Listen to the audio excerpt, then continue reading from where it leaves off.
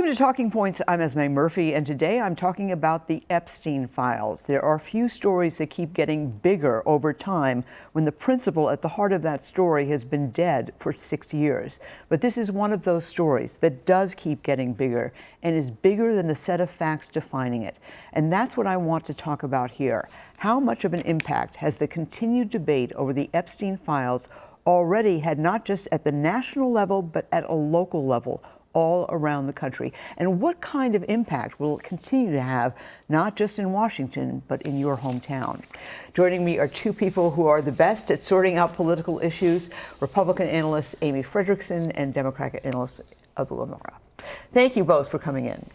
Let me ask you, I'm going to start with Amy. What is the Republican base here saying about this? What are they talking about? Right. Are their heads spinning? Well, the same thing that they have been talking about for 4 years, for 6 years. I can't believe it's been 6 years since Epstein died. They are saying the same thing. These files need to be released. They should have been released. If there are lists, if there are names, we should know that no one, not a prince, not a president, is above the law when it comes to this disgusting raping of children, of underaged girls, sex trafficking. So are local Republicans, were they, yes, before it was released, before the president changed his mind and then said, hey, I'm supporting releasing them, were they upset with President Trump for being on the side of not releasing the files? Yes, well, particularly because President Trump that ran was all about releasing the files. So he has done I don't know, is it a 360? Because he ran on, we must release the files.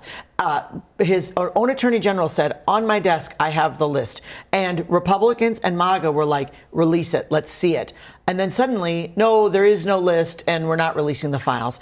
And it took, you know, all of a sudden, it was interesting to me how late to the game the Democrats came. They really came late to this. I was like, why aren't you demanding it? This is what the American people want. Right, but you're saying local people, yes, in you know, the suburbs, the communities, people we all know and work with and go around, they care about this, and they wanted the president to release it. 100%. And I think what you saw then is, because you saw a few really some brave Republicans that stood up and said, no, Mr. President, we need to vote to release these. When they have because they got the final, last week, they got the final Democrat to sign a petition to have a vote on the floor of the House. And over the weekend, there was a big kerfuffle with a stalwart MAGA supporter, Marjorie Taylor Greene. I mean, this is the woman that wears the original. She wears a red hat to the State of the Union. And she came out, and by the way, the president then called her a traitor, said that it was not important. And she had bomb threats at her construction company. How is that going? I want to get to you, Abou, but the Republican, it's really the Republican story that's the most fascinating. What is the reaction to that whole split in Republican circles? Well, I think that it's bigger than like maybe the Democrats or other folks want to make it. I think on this issue, because it is so egregious, it is so big, it is so fundamentally something that Republicans, conservatives, and MAGA all agree on, that it is very specific to this. And you saw Marjorie Taylor Greene won that battle because the vote happened, and the president had to do yet another 180 and say, okay, Republicans, I need you to vote for the release of these files, which, by the way, could just be released at any moment. All right, Abou, it's fascinating to hear Amy say that what really matters in this world is what do people on the ground think? What do people, you know, in neighborhoods all around this country think, all around Minnesota think?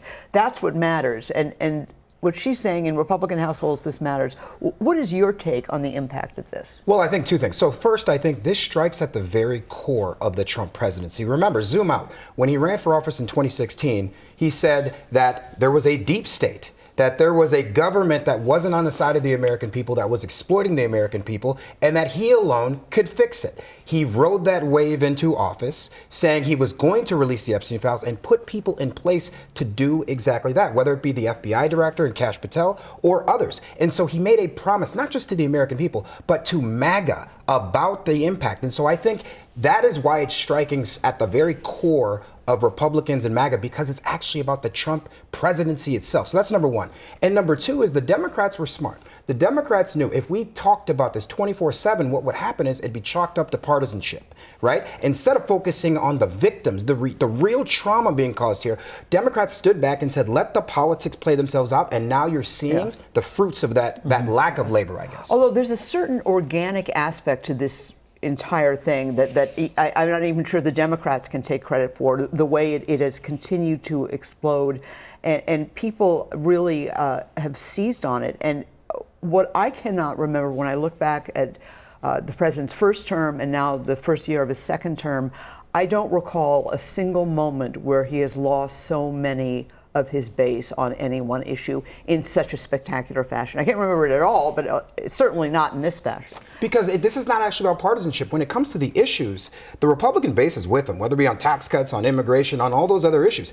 This is not a political issue. Again, and it strikes at the very core about being an outsider, taking on the system, a deep state. It goes to the very core of what it means to be MAGA, and that's why it's resonating with Republicans. Is this going to shift, Amy, Republicans' views, do you think, of the president? I mean, he's got such a lock on the Republican Party in such an impressive way that he's taken over the Republican Party.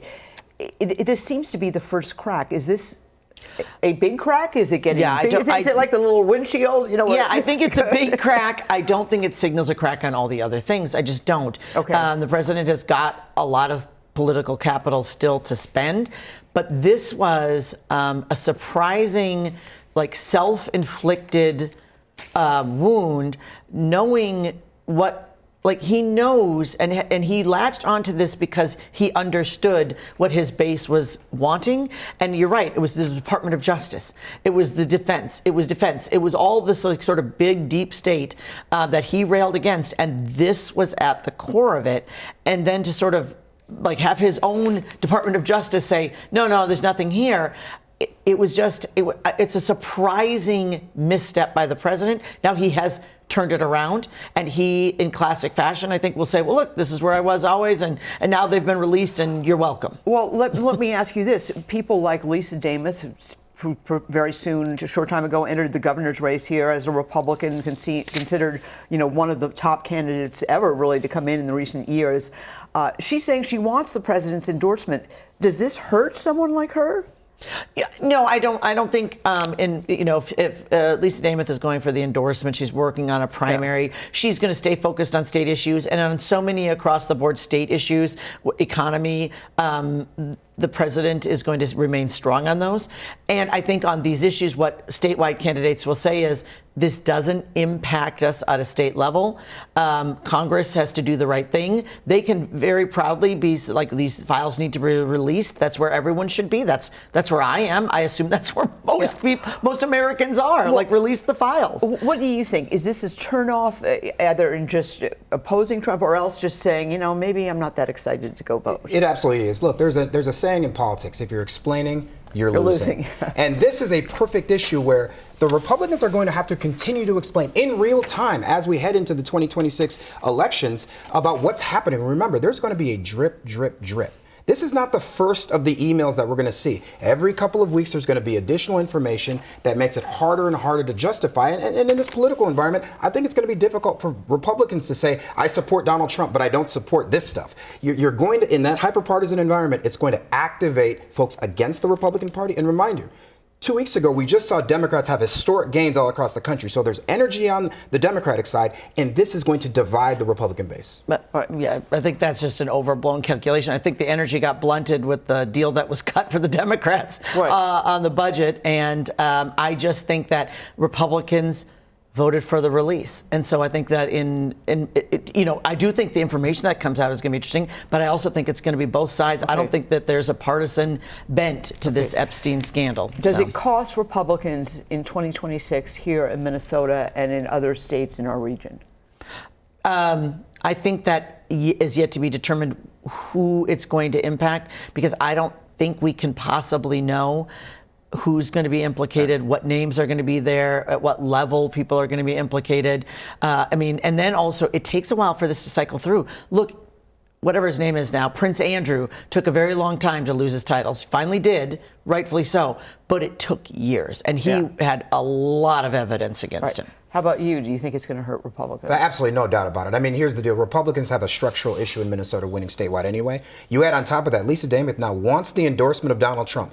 Every time she's out campaigning, people are going to ask her in the suburbs, why do you want the support of Donald Trump when he's implicated with Jeffrey Epstein? And she's going to have to come up with an answer to that. And I don't think it's going to be explainable to the kind of moderate persuasion universe of voters in Minnesota.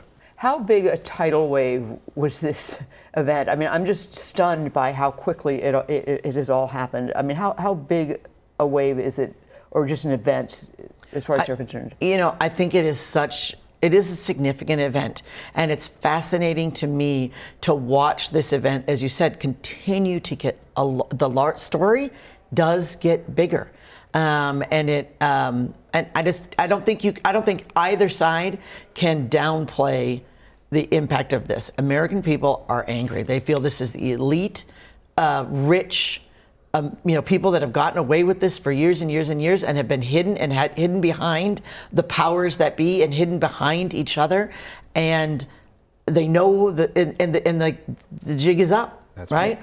Your thoughts, Abou? I mean, just going forward. Yeah, I mean, here's the thing. Right now, the American people both feel economically out of place, and also that the government is not actually working for them. It's working for a special privileged group of people. This story fits exactly in that space. And so I think there's going to be a revolt.